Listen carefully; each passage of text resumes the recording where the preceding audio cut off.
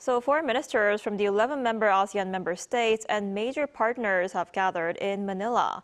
This diplomatic gathering in Southeast Asia this week takes place against a backdrop of instability beyond the region, since the United States and Iran resumed open conflict, raising energy security concerns as well as inflation and global growth. For more on this, we're joined today by Professor Cho Won-deuk, Assistant Professor at the Department of Indo-Pacific Studies at the Korea National Diplomatic Academy. Professor Cho, thanks for coming on today. Good morning. Thank you. So what do you think will be the main focus of this year's ASEAN Foreign Ministers Meeting, and what should we be watching for? This year's meeting comes at a very tense moment. So the major theme is really ASEAN unity under pressure and instabilities.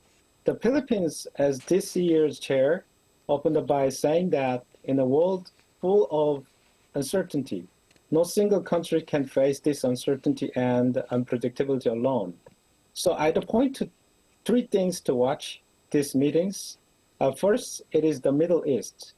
The resumed conflict between the United States and Iran has raised fears about shipping through the Strait of Hormuz, and Southeast Asia depends heavily on that route for its oil. So expect the ministers to push hard on energy security, including a regional fuel sharing plan and a new ASEAN power grid. Second, I think it's Myanmar. This is where the ASEAN bloc is most divided. For example, Thailand wants to bring Myanmar back into the ASEAN, but others say not while the repression continues in Myanmar. So watch closely whether they can agree on anything beyond the same old statements. And lastly, the South China Sea. As you know, just 2 days ago, Chinese and Philippines forces clashed again near the second Thomas shore in the South China Sea.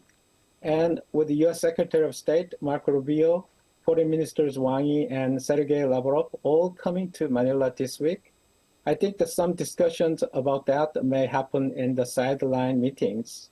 And so, therefore, in short, watch how ASEAN handles this outside pressure while trying to hold itself together this week.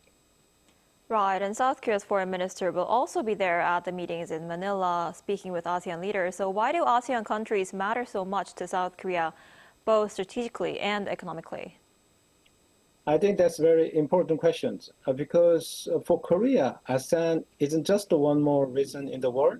It's becoming a central pillar of our foreign policy and economic security.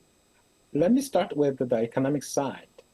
ASEAN is already one of the Korea's biggest trading partners and investment destinations. And the two sides are now aiming even higher. Under the new Korea-ASEAN Comprehensive Strategic Partnership vision, they want yearly trade to reach $300 billion and the 15 million people traveling back and forth each year.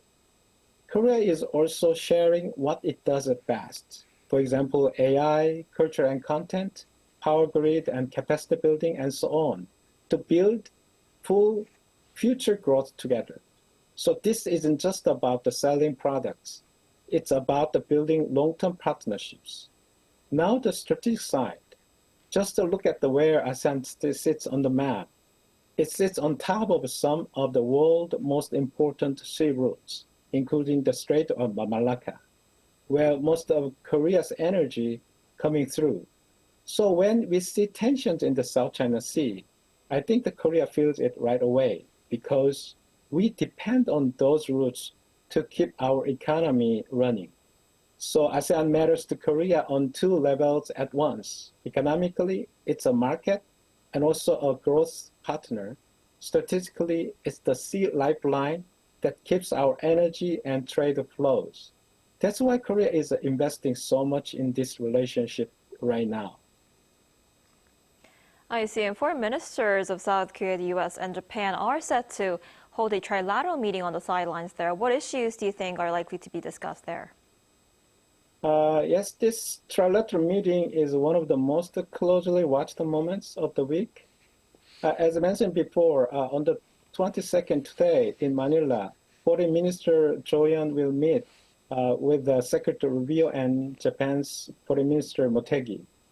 And here is the context. This comes just 2 weeks after they last met on the sideline of the NATO summit. So the three countries are keeping up a very steady pace of talks. I'd expect three main themes. First, I think this is a standout item this time, nuclear energies. At the NATO meeting, the three countries signed an agreement to work together on small modular reactors, or SMRs. They are a newer, smaller type of nuclear plant.